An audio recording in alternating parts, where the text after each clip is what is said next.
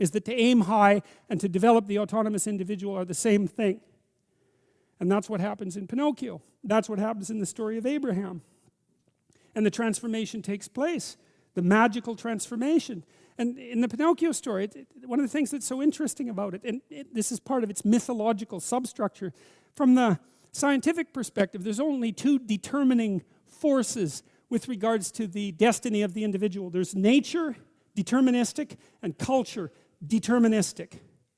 And then scholars wrangle about which of those is the greater force. But in mythological stories, there's always a third element.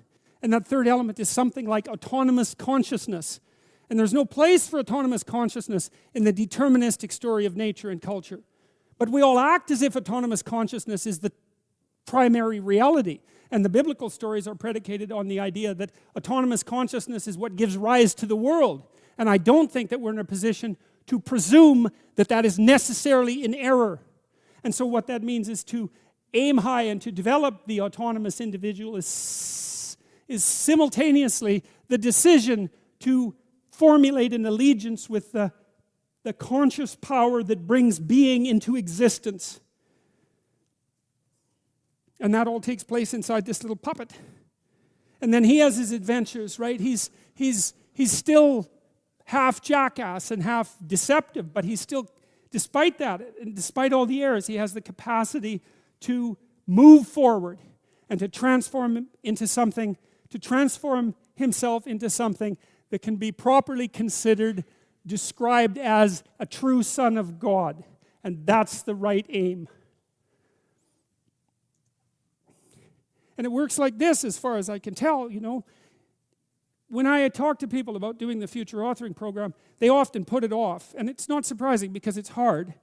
But it's more than that. They think, well, I don't know how to write. I'm going to do a bad job. I don't really like assignments. I'm going to have to do it perfectly. I need to wait till I have enough time.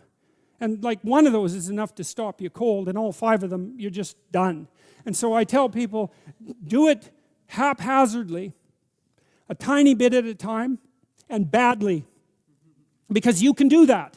I tell my students when they're doing their theses, master's thesis, write a really bad first draft. And then we have a little conversation about that, because they don't think I mean that. Because it sounds like a cliche in some sense. It's not a cliche. It's not a cliche at all. It means you're a terrible writer, but if someone put a gun to your head and said, you have to have your 100-page thesis done by next Monday, or I'll shoot you, but I don't care how terrible it is, you would sit down and write it. And the thing is, then you have it, right? Then you have something, and then you can fix it. You can iterate and fix it. That bad first draft, that's the most valuable thing, and so that's what you need. You need a bad first draft of yourself. And there's an idea that Jung developed about the trickster and the jester, the comedian, right? That the trickster is the precursor to the savior.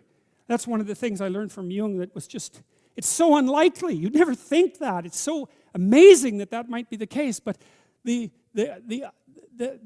satirical and the ironic and the troublemaker, the comedian, the fool is the precursor to the savior. Why?